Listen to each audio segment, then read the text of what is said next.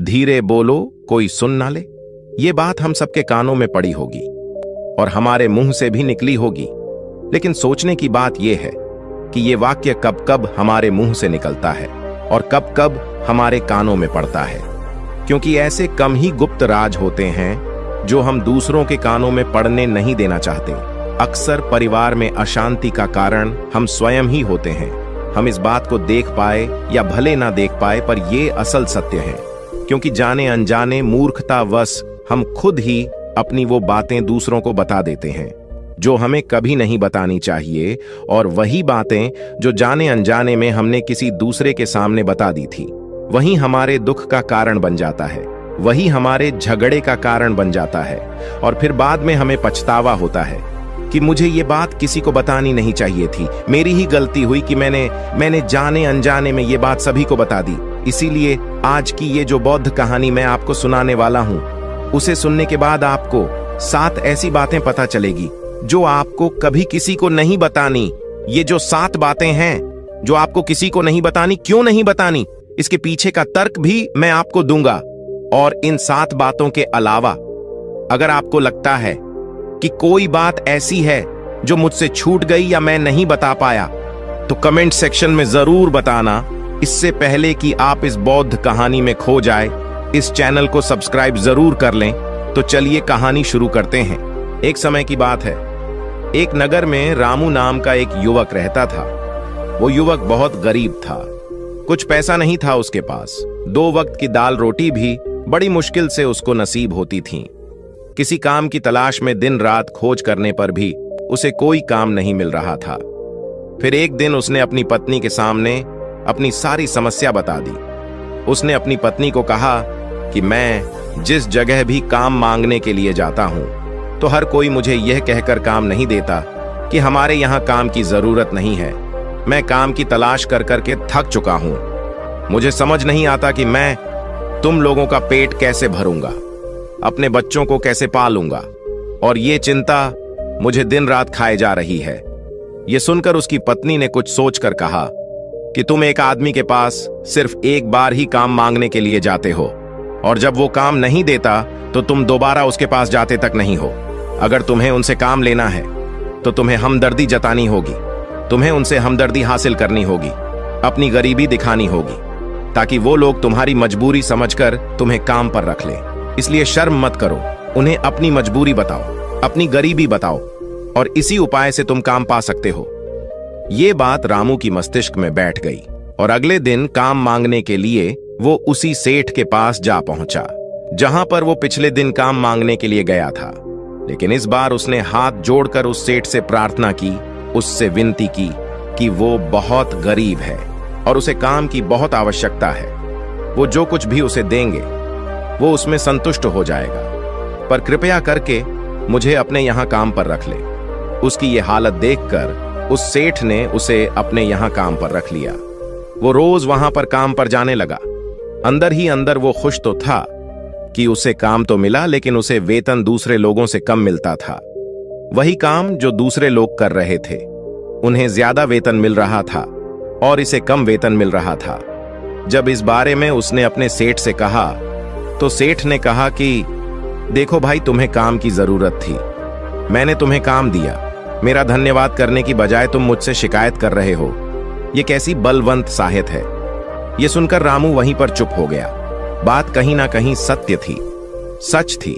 सेठ ने तो उसे उसकी मजबूरी के हिसाब से ही काम दिया था, और इसीलिए वो उसे अपने अनुसार ही वेतन देता था। लेकिन धीरे धीरे उसने ये बात अपने सगे संबंधियों और अपने दोस्तों को भी बताना शुरू कर दी कि उसका सेठ कैसा आदमी है और उसे कितना वेतन देता है। समय बीतता रहा और रामू पूरी लगन के साथ अपना काम करता रहा, लेकिन अब परिस्थितियां बदलने लगी थीं। सेठ अब रामू से दूसरे लोगों से ज्यादा काम लेता था और उनसे कम वेतन उसे देता था। ये बात रामू के मन को बहुत खलती थी। वो दूसरों से ज्यादा मेहनत कर रहा है और उनसे कम वेतन पा रहा है। इससे उसके आत्मसम्मान को बहुत गहरी चोट पहुंची। अब धीरे धीरे उसका मन अपने काम से हटने लगा। उसका मन काम में लगता ही नहीं था।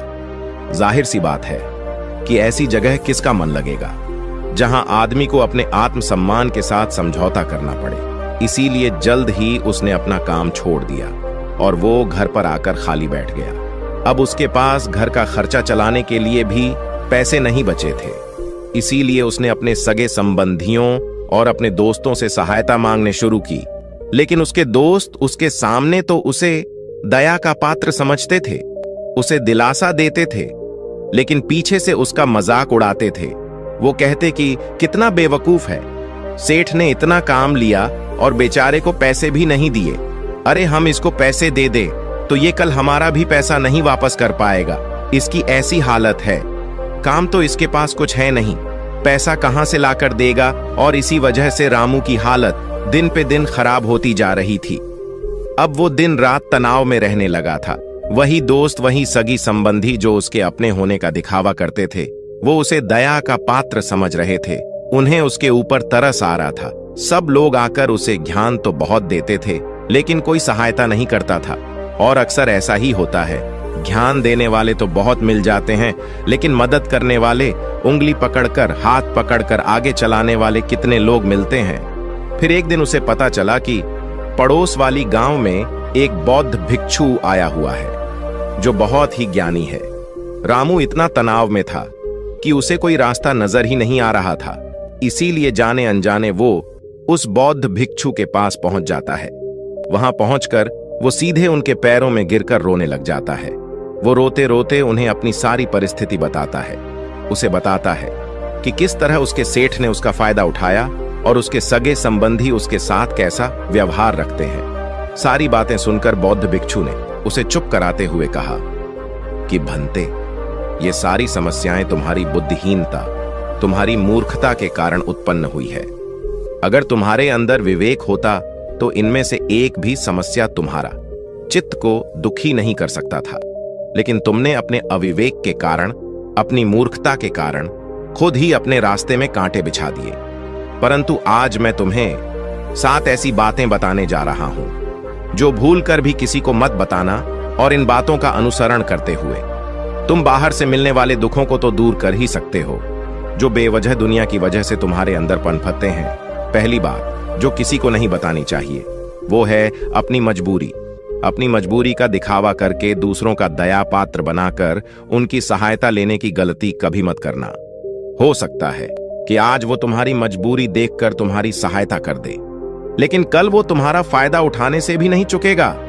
और अगर फायदा भी नहीं उठाया तो दूसरों के सामने तुम्हारा मजाक बनाने में वो आदमी कभी नहीं झुकेगा। इसीलिए कभी भी अपनी मजबूरी का दिखावा मत करो।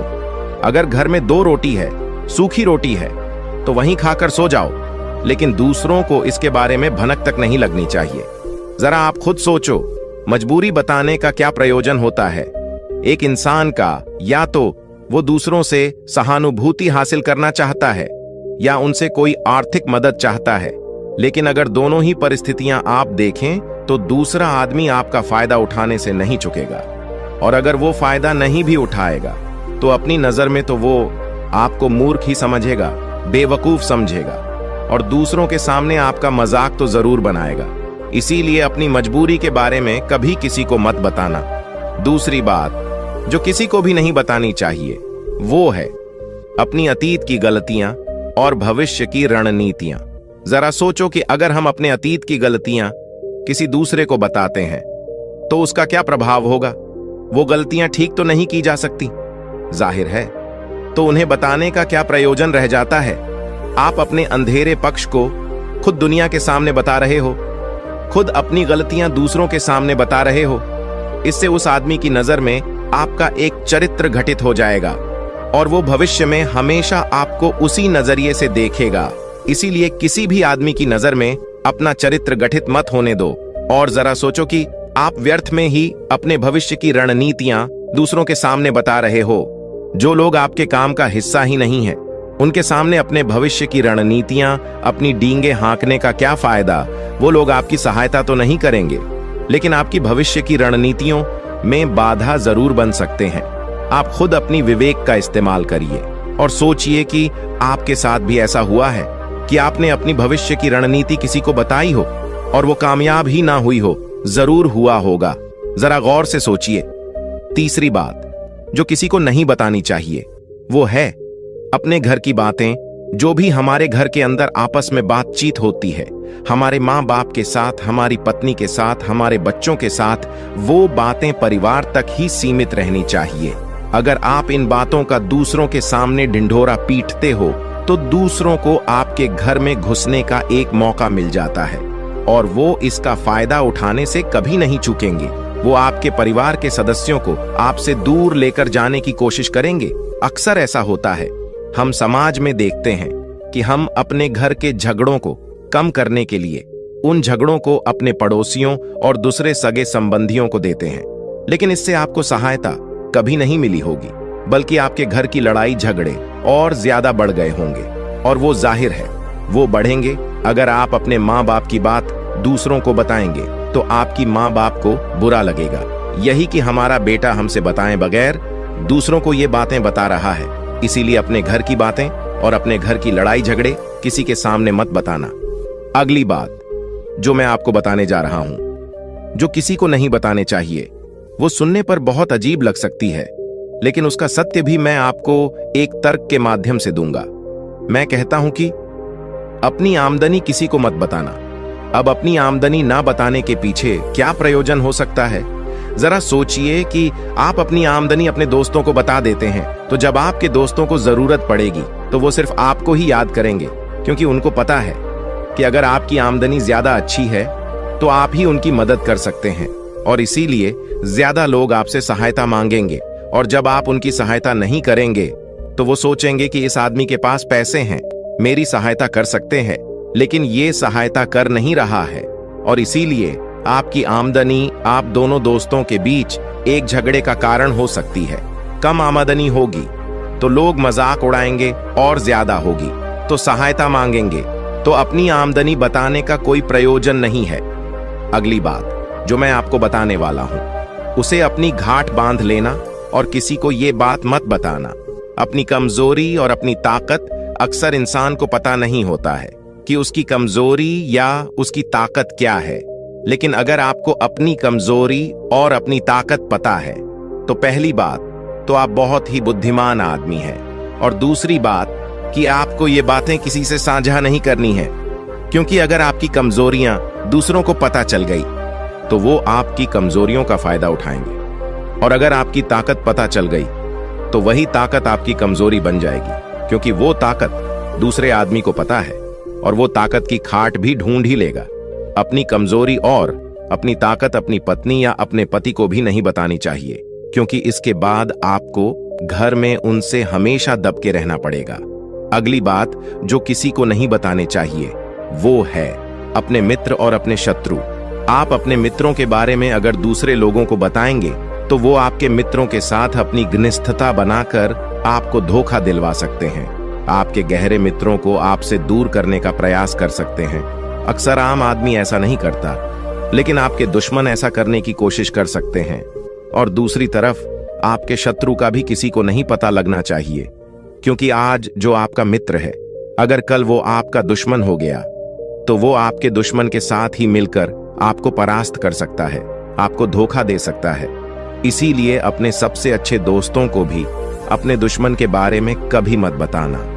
अगली और आखिरी बात कहना चाहता हूं कि जब तुम दान करते हो तो दान के बारे में भी किसी को मत बताना, नहीं तो दान करना व्यर्थ हो जाता है, बेकार हो जाता है। जब आप अपने दान का ढिंढोरा पीटते हो तो आप ये बता रहे हो कि मैं कितना बड़ा दानी पुरुष हूं, और ये आपके अंदर एक अहंकार निर्मित करेगा।